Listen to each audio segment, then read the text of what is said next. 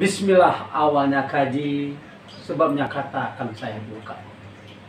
Sambutlah salam dari kami untuk seluruh penonton YouTube yang banyak.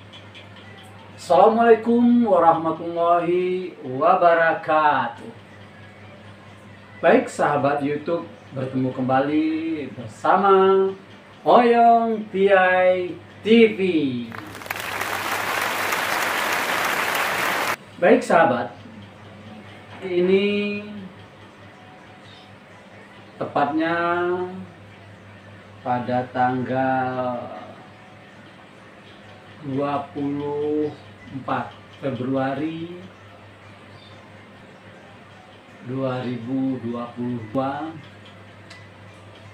kita dibikin tersentak atau dihebohkan dengan salah satu statement dari salah seorang tokoh yang menjabat salah satu menteri di Republik ini.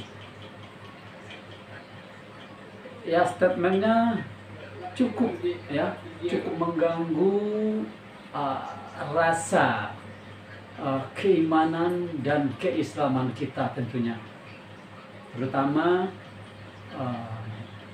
saya pribadi sendiri yang merasa terganggu dengan ucapan tersebut, walaupun secara pribadi tidak punya kuasa apa-apa, baik untuk melakukan perlawanan maupun melakukan pelaporan, karena juga percuma. Tapi kita berprasangka baik saja. Semoga ucapan beliau itu tidak lebih dari keseleo lidah atau tidak bermaksud sebagaimana yang disampaikan oleh para kolega-koleganya, bahwa maksud beliau itu tidak seperti apa yang beliau katakan. Demikian maksud beliau itu, seperti salah seorang pengurus di organisasi beliau. Baik sahabat YouTube, kira-kira apa statement atau ucapan beliau yang membuat rasa keimanan dan keislaman kita sedikit terganggu? Baik sahabat, mari kita dengarkan atau kita lihat cuplikan video beliau tersebut. Ibadah saudara-saudara kita non-muslim itu bunyikan toa sehari 5 kali dengan kenceng-kenceng secara bersamaan. Itu rasanya bagaimana? Yang paling sederhana lagi, tetangga kita ini kalau kita hidup dalam satu komplek itu misalnya, kiri kanan depan belakang pelihara anjing semua, misalnya menggonggong dalam waktu yang bersamaan, kita ini terganggu enggak? Artinya apa? Bahwa suara-suara ini, apapun suara itu ya, ini harus kita atur supaya tidak menjadi gangguan.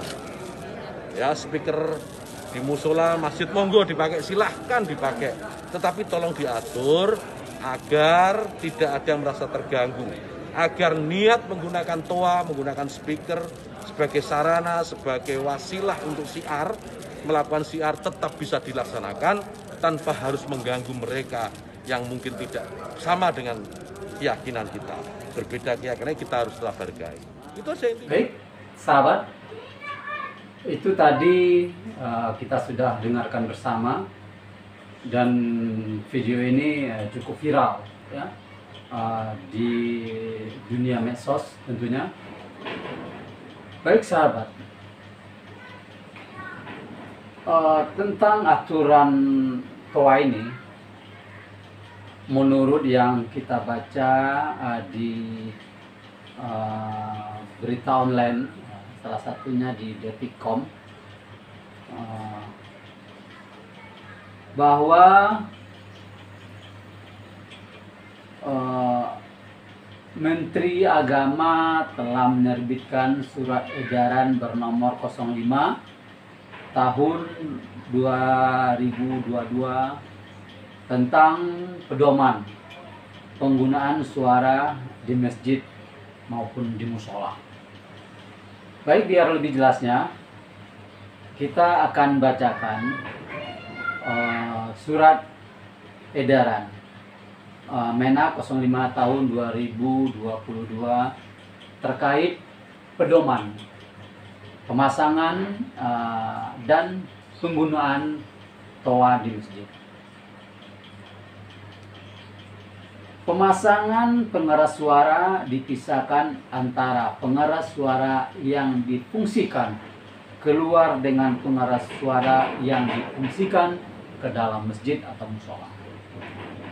Untuk mendapatkan hasil suara yang optimal, hendaknya dilakukan pengaturan akustik yang baik.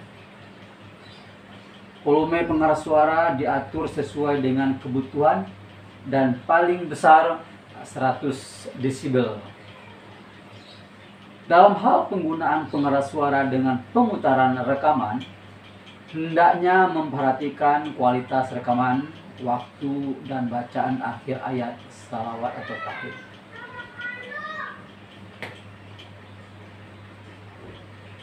Jadi itu kira-kira bunyi surat edaran Menak 05 tahun 2020. Nah, yang jadi pertanyaan bagi saya pribadi, yang masyarakat awam ini yang tidak begitu banyak memahami secara detail seluk-beluk ilmu agama, walaupun dari kecil saya seorang muslim. Yang jadi pertanyaan bagi kita pribadi, apakah semua pengurus masjid itu, apalagi di kampung-kampung, tahu dengan frekuensi suara keras dan tidaknya sebuah pengeras suara itu? Yang selama ini tidak begitu banyak kita persoalkan. Dan bagaimana ukuran pengeras suara itu? Apakah jaraknya yang ditentukan? Apakah lingkup sekitar dari masjid itu yang ditentukan? Maksudnya jaraknya sekian kilometer atau sekian ratus meter atau sekian puluh meter dari masjid, atau tingkat kekerasannya itu? Apakah semua pengurus masjid atau musola tahu dengan hal tersebut? Dan yang kedua, ini menurut pendapat saya pribadi, yang namanya syiar harus disampaikan jelas dan harus diperkeras. Ibarat orang memanggil, kan nggak mungkin kita panggil seseorang. Contohnya kita memanggil seseorang untuk melaksanakan sesuatu. Oh, kemari kau, sini, kerjakan ini. Kan nggak mungkin kita berteriak tapi suara tidak terdengar. Akhirnya panggilan kita tidak didengar, atau orang yang kita panggil itu tidak akan mendengar panggilan kita. Jadi kalau alasan, kita baca lagi sesuai dengan lahirnya surat edaran ini, yang intinya kata beliau adalah untuk menjaga kerukunan antar umat atau warga di sekitar tempat masjid atau kerukunan umat beragama. Hampir puluhan tahun kita menghadapi hal yang sama dan tidak ada masalah dengan pengeras suara baik yang di masjid ataupun di musola. Dan kalau sekiranya suatu tempat itu mayoritasnya agamanya bukan Islam, umat Islam pun saya rasa juga toleran dan paham tentang pengeras suara tersebut. Jadi baiknya ini menurut pendapat saya pribadi, masalah aturan tata cara pengeras suara di musola ataupun di masjid lebih baik diserahkan kepada warga sekitar atas kesepakatan bersama, sehingga tidak menimbulkan katakanlah pertentangan dengan aturan tersebut. Masyarakat kita cukup toleran dengan hal-hal seperti itu. Dibuktikan selama ini kita tidak pernah bentrok masalah hal-hal seperti itu. Jadi sahabat YouTube, cukup disayangkan statement beliau, orang yang mengerti bahkan sangat paham betul tentunya dengan syariat, terutama syariat agama Islam, apalagi seorang tokoh yang cukup berpengaruh di organisasi yang beliau ikuti tentunya. Tapi semoga saja kita berharap statement ini mungkin bentuk kekhilafan atau kealfaan dari beliau, kita juga tidak tahu. Semoga saja demikian, atau seperti kata koleganya tadi yang kita baca di media online juga, ucapan beliau itu tidak menggambarkan seperti yang sesungguhnya. Artinya suara azan itu tidak sama dengan gonggongan anjing begitu, alasan pembenaran dari sahabat. Semoga saja begitu, dan mudah-mudahan video ini tidak menjudge siapapun, apalagi mencemarkan nama baik seorang tokoh, tentunya tidak, karena hal itu tidak mungkin kita lakukan. Selalu kita berharap semoga ya hal-hal yang bersifat menimbulkan keraguan atau kericuan, dalam tanda kutip kehebohan bagi masyarakat yang mayoritas di Republik ini, untuk kedepannya jangan sampai terjadi. Kita hanya berharap dan berdoa supaya Allah Subhanahu wa Ta'ala memberikan petunjuk pada kita dan pada kita semua, sehingga keadaan kita semakin baik, tetap selalu menjaga kerukunan dan persatuan sesama anak bangsa.